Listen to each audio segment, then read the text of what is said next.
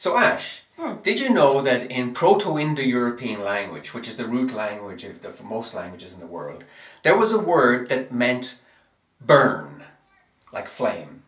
And groups of languages, like the Latin countries, took that word and interpreted it as the flame, as in brightness. And so words in Italian or Spanish that mean like blanco, bianco, or blanc in French mean white from that word.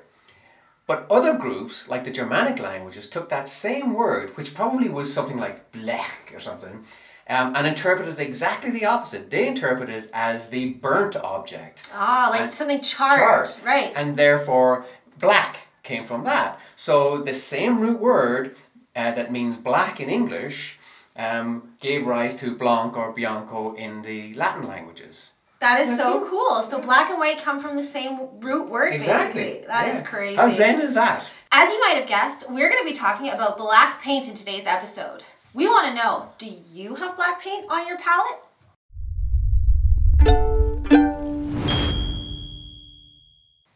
Falsha! And welcome to our studio series. And I don't. And I do. Use black, that is. And I'm not sure why I don't. A teacher many years ago told me not to put black on my palette, that it sullied the colours, and so I've learned to live without it, and I can get as dark a colour as I need without using black. It's very similar, interestingly, to the discussions you have with bass players. If somebody who learned on a 4-string bass, having a discussion with somebody who uses a 5-string bass, the 5-string guy is going, I don't know why you wouldn't have that extra string. You can get so much deeper notes on that 5th string. Why wouldn't you use it? And the 4-string guy goes, I don't know. I've never had it before. I've never felt the need for it, and it would just get in the way. And that's kind of how I feel about black on my palette. But you do use it. Yes, I would be the 5-string bass player. I like to use black to really push my shadows as deep into the color spectrum as they can possibly go. So Ash, what kind of blacks are there out there on the market today? Well, there's 3 popular blacks. The most popular black would be ivory black. That runs on the cooler side. Second most popular black would probably be a Mars black. This is a little bit of a warmer black, goes a little bit more browny. And the third popular black would be a chromatic black, which is actually a mixture of 2 pigments, a mixture of phthalo green and quinacridone rose. Which is interesting because that is the sort of solution that I would have, not having black on my palette, to get a really dark colour. So, and I think it's Gamblin produces that chromatic black, and so it's really sticking into a tube what I would actually mix on a palette, which is very convenient probably. And I think the other thing is Mars black is a much more stronger tinting colour than ivory black. Now, 3 times so. 3 times more tinting. So usually in this part of the video is where we would show you these, but honestly, on a camera, the differences are so subtle that you wouldn't be able to see it. So I don't know that it matters a whole lot. I think ivory black is the most common out there, and I think it's what most people would have. You can certainly experiment with the other ones as well, but there really is no point in showing you the differences on camera. You just simply wouldn't be able to see them. Interesting little factoid about ivory black. Another name for ivory black is actually bone black. Yes. And basically it's made from using charred bones, more or less, which is awesome because it goes back to your initial point about the origins of the word black. Cool. Yeah. So for those of us that don't use black, what do we do? So I can show you there's a number of combinations that you can have that will get you a very dark colour. So for example, if you were to take a phthalo blue or a phthalo green and mix it with alizarin crimson or a quinacridone crimson or something like that, you get a very dark colour.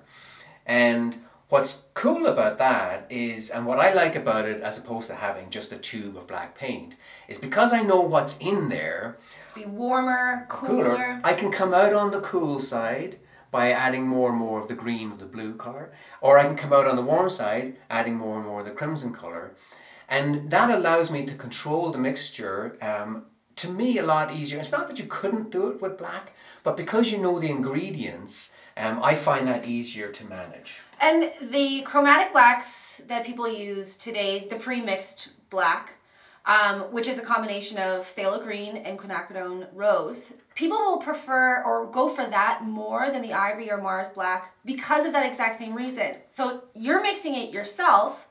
This tube of paint has it pre-mixed. Yeah.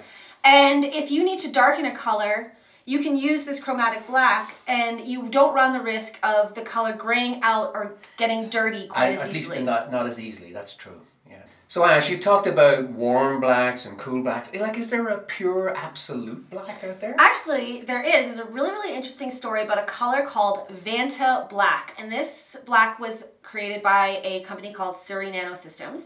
And a famous sculptor...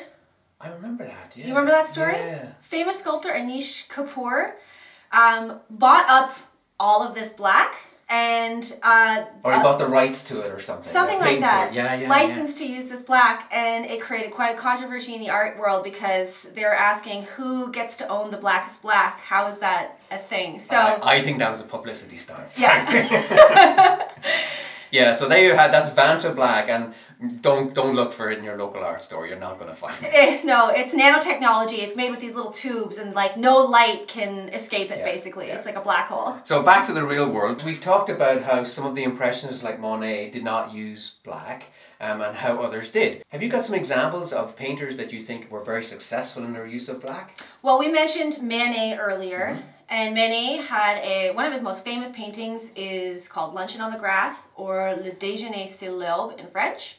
And it's a beautiful use of black in my opinion. The gentleman in the lower quadrant of the painting has a nice deep dark suit on, and I feel like that helps accentuate the lighter areas of the painting. And I think it was Manet called black the Prince of Colours. The Prince of Colours. I think it was Manet. He was famous for using black, not only because he liked the deep quality of the color, but also as a symbol as well. He often painted young female sitters with black cats. That was one of his signatures.